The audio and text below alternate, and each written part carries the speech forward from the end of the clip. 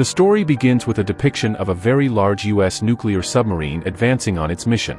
The U.S. military needed to test some weapons underwater to stay ahead in future battles with the Soviet Union. All the soldiers inside the submarine were performing their duties as the submarine moved forward.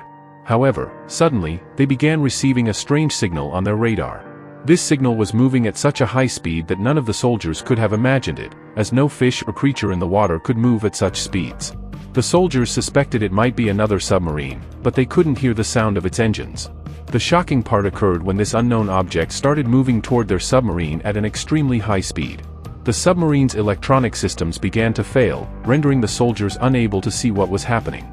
After a short while, the electronics started working again, but when the soldiers looked ahead, they saw their large submarine had collided with a rock, causing many parts of the submarine to explode. Water began to flood the inside. The captain sent the current location to the military base for a rescue mission. The submarine continued to sink underwater. Upon learning of this, the military forces sent helicopters for security. However, they didn't know who had attacked the submarine. They suspected it might have been the Soviets, as they wanted to steal nuclear bombs from them. The most alarming development was that a huge storm had now formed in the water. Despite this, the military had to save their soldiers, so the soldiers in the helicopters headed toward an oil drilling factory located right in the middle of the ocean. This was an area where private companies extracted oil from the surface of the water. There was a very large base located right beneath them, from where they operated. The military began asking the company's personnel for help in rescuing their soldiers. The owner of the oil drilling company, a woman named Lindsay, managed the entire place. When the soldiers explained that they needed the help of the oil drilling factory and headquarters to rescue everyone on the submarine, meaning all the workers at the oil drilling factory had to assist, they agreed because the military was offering them a substantial amount of money. However, Lindsay was a bit apprehensive because the products they had were not designed for this mission. But under pressure from the military colonel, Lindsay had no choice but to agree. They all began planning how to locate the submarine. They discussed how they could find the submerged submarine. Lindsay was approached to work with a highly skilled military team called SEAL, consisting of 5 members. The team's captain was named Ken. Lindsay, along with these people, would now dive with small submarines to retrieve the nuclear bombs from the large sunken submarine and determine if anyone was still alive. First, Lindsay explained the rules to all the soldiers and instructed them to reduce their body pressure to avoid any risk, as the pressure at such depths could cause their bodies to explode. Everyone followed the precautions Lindsay mentioned. However, Ken and his team members were uncomfortable with having someone guide them and lead them, causing tension between them and Lindsay. Meanwhile, we see a man named Ben from the same team, who was Lindsay's ex-husband. They had been together some time ago, but Lindsay had divorced Ben. Despite this, Ben wanted Lindsay to come back to him. However, Lindsay had no feelings left and took the submarine underwater with the team. They were given the location where the large submarine had crashed. After going a bit deeper, they finally spotted the submarine. Although radiation readings indicated that the nuclear bombs were intact, the submarine was completely flooded, leaving survival chances at a mere 0.1%. The team was now divided into 2 groups, Ken with his team and Ben with Lindsay. They came across several dead crew members on the way, which deeply saddened them. Suddenly, they noticed an electronic device on their small submarines that was flashing with extremely high speed, moving rapidly from one place to another. Lindsay saw the unknown object and attempted to shoot it, but it traveled at such high speed that it disappeared far away. As soon as it left, all the electronic devices in the small submarines malfunctioned. Will's brain stopped functioning completely, and he was on the brink of death, but advanced medications kept him alive. The remaining team members realized that this was not just a rescue mission. A major war had erupted between the US and the Soviet Union. The US had destroyed a large Soviet ship, and the Soviets would likely retaliate against the US military. With Plan A failing, Lindsay and her team shifted to Plan B. They took the remaining submarines and headed toward the headquarters. However, the storm outside had intensified so much that the entire oil drilling platform began to collapse. This platform supported the headquarters on the water surface and was the connection point for Lindsay and her friends. As the oil drilling platform was destroyed by the storm, the entire system failed. A massive fire broke out, and many people were killed.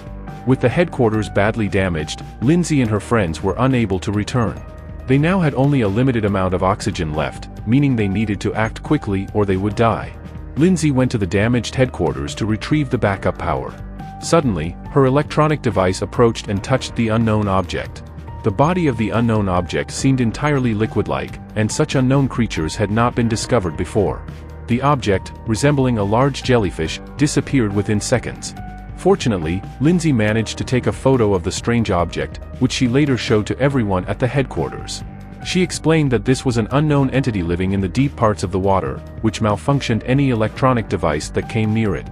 It was possible that the soldiers on the large spaceship had encountered this entity, but the mystery of what such an unknown thing was doing in deep water needed to be resolved. Despite Lindsay's evidence, Ken, Ben, and the other soldiers did not believe her. They suspected Lindsay was just trying to make news. Meanwhile, the deep water team, sent by the US military to rescue the submerged submarine, was unaware that Ken and his team had brought a nuclear bomb with them. They had also made a plan to destroy one of the bombs if they could not retrieve it, to prevent it from falling into Soviet hands, even if it meant losing many lives in the explosion. An individual named Big Name overheard Ken and his team discussing these plans and immediately informed Lindsay and her teammates. Lindsay realized that they were not here for protection but to complete a secret mission for the US military. Ken's condition was deteriorating rapidly, and he was extremely angry. He was determined to complete his plan and felt that Lindsay and her teammates were obstructing his efforts. One day, while everyone was asleep, a strange water-like entity entered the submarine. This unknown object had the ability to control water and even form human-like faces. Lindsay instructed her teammates to remain completely silent as the water entity moved into the section with the nuclear bombs and began inspecting it. Ken suspected that this might be a device sent by the Soviet Union, so he attacked it and drove it away. Ken's condition had deteriorated significantly. He felt that all the team members were now against him and believed that they would provide the nuclear bombs to the Soviet Union. Determined to save the nuclear bombs and get them to the surface, Ken joined forces with his deep diving team. He pointed a gun at Lindsay and her workers, not wanting them to interfere with his plan. Ken's team locked them in a chamber with no way to escape. Ken then connected one of the active nuclear bombs to a robot that was supposed to transport it to the surface as quickly as possible. Ken's goal was to rescue the nuclear bomb, but if it exploded midway, it could cause a massive explosion and potentially a tsunami. While Ken was heading out of the submarine, Ben confronted him and tried to stop him. Meanwhile, Lindsay managed to free herself and came after Ken with a submarine of her own. A fierce battle ensued, causing both submarines to collide and crash. The robot connected to the nuclear bomb, instead of going up, sank deeper into the water. Ken's submarine began to go out of control and sank deeper, eventually exploding due to the immense pressure. Lindsay and Ben's submarine also began to sink gradually, and they were left with only one diving suit to save themselves. After much contemplation, Lindsay tells Ben to wear the diving suit and drag her to the headquarters. She explains that if they arrive in time, he can use the ECG to revive her. Ben follows her instructions, putting on the diving suit and making his way to the headquarters as quickly as possible. Despite multiple attempts with the ECG, Lindsay remains unconscious. Ben begins to blame himself for the situation, thinking that Lindsay might be dead. However, after one last try, Lindsay regains consciousness. Ben is overjoyed to see her alive, but their biggest problem now is that the nuclear bomb has fallen into the water and will explode within an hour, potentially causing earthquakes, tsunamis, and other major natural disasters. Therefore, someone must go inside and deactivate the nuclear bomb. As the oldest and most experienced member of the team, Ben decides he will handle the situation. Despite Lindsay's attempts to stop him, Ben is determined. He dons the most powerful suit ever made and takes a special liquid designed to reduce pressure on his body. This is crucial because the water level he is about to enter is uncharted and any mistake could result in his body being crushed by the immense pressure. Ben bids a final farewell to Lindsay and heads towards the location where the nuclear bomb has fallen. He knows that once he descends, returning will be almost impossible, but he doesn't share this with Lindsay. He plunges into the deep, continuously descending. At one point, his body goes completely numb, and he loses all sensation of his limbs. Lindsay communicates with him through the headset, expressing her feelings and mentioning that she also cares about him, though her nature is very strict. Ben realizes that time is running out as he continues to fall, colliding with rocks and his body remains numb. Eventually, he reaches a depth where the liquid is extremely dense. He managed to stop at a rock and, fortunately, the nuclear bomb was right beside him. Ben immediately followed the instructions and successfully deactivated the bomb, ensuring it would never explode.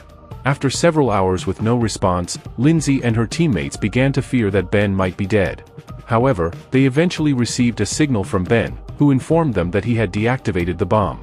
Unfortunately, the oxygen in his suit was only one way, meaning Ben could not return to the surface. Hearing this, Lindsay and the entire team were deeply saddened. Ben waited by the rock for his inevitable end. Suddenly, his system began to shut down, and then, out of nowhere, a bright light appeared in front of him. It was none other than the mysterious object that Lindsay had seen earlier, a jellyfish-like creature that could survive in such deep water with ease. And so, our story comes to an end here.